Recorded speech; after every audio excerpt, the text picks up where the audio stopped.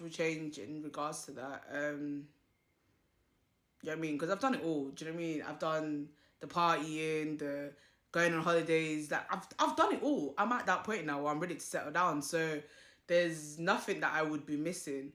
You know what I mean? Like I'm entering into a new phase of being a mother, and hopefully down the line I'll find a husband. Do you know what I mean? All these things. So yeah, and then the last question, which was a very interesting question, and I really appreciated the question, was how do I feel about co-parenting? To be honest with you, I'm a very much a big believer that both parents need to always put the child's needs first, regardless of what your scenario, your circumstances, what's the ish between you guys. I am a big believer that the child's needs should always go first. There should never be a moment in time when you and the other person who's the parent should ever include your feelings and your emotions into situations when it's not in the best interest of your child. I feel like it should be easy for parents to be able to parent and co-parent when it comes to your child.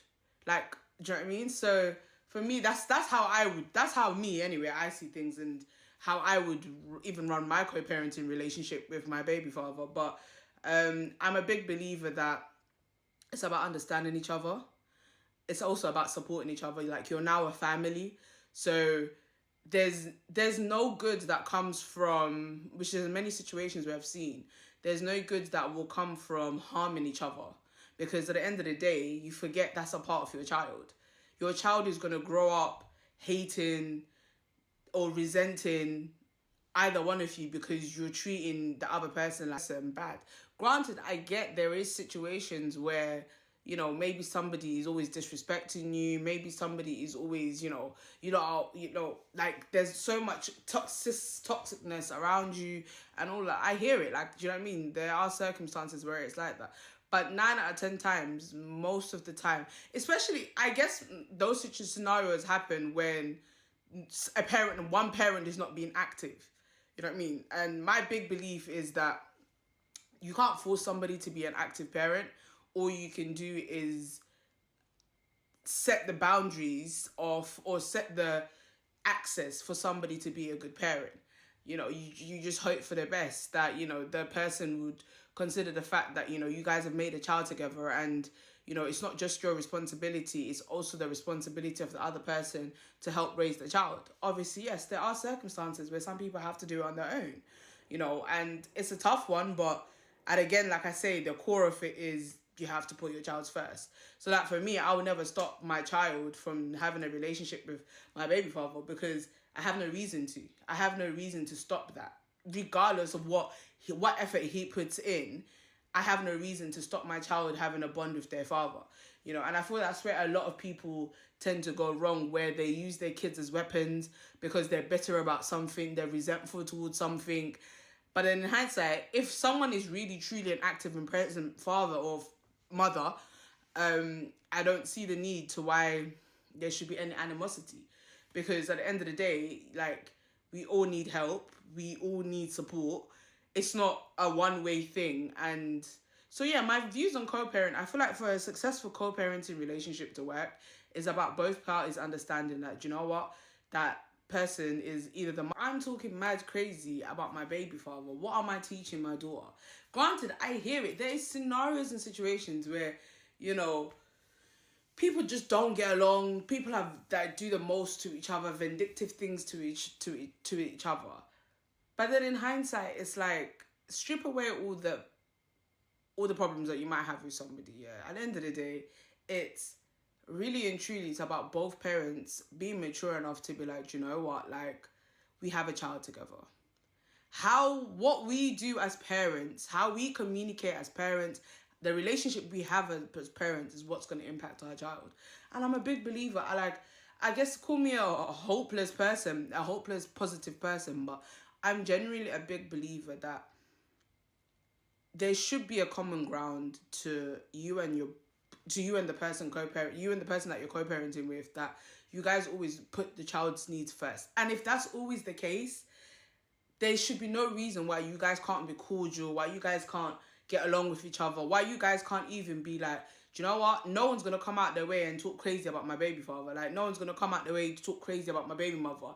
Like, you all have to have respect. You all have to know that she's the mother of my child. Like, he's the father of my child.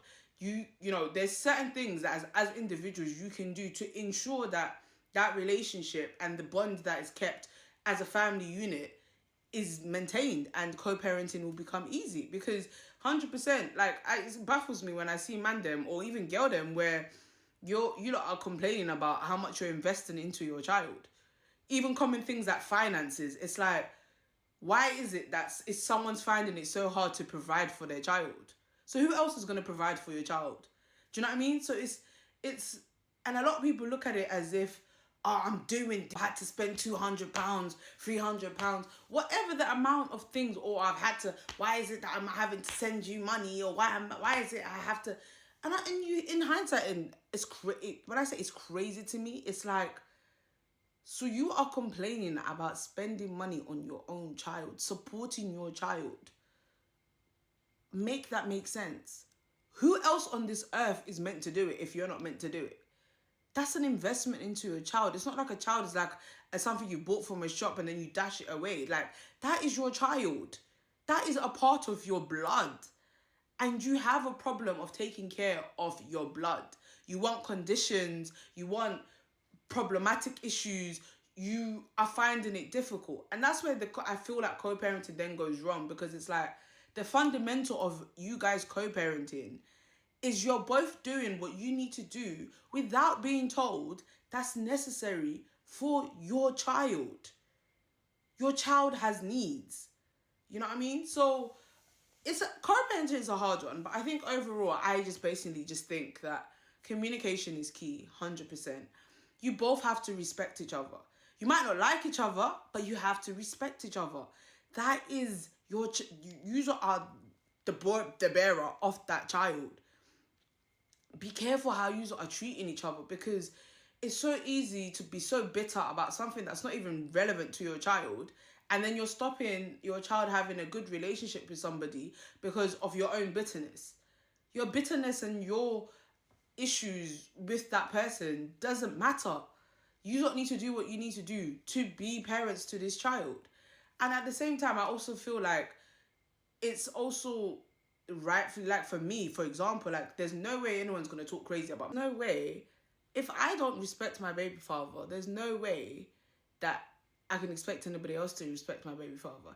If I'm always talking crazy about my baby father, if I'm always cussing man out, if I'm always this, like, that's the impression I'm giving to everybody else. So when other people then interject into your situation for co-parenting, which a lot of people tend to do, a lot of people get so many people involved in their co-parenting relationship. And it's like, but why are we focusing on what the whole entire world is saying instead of me and you? We are the parents type situation.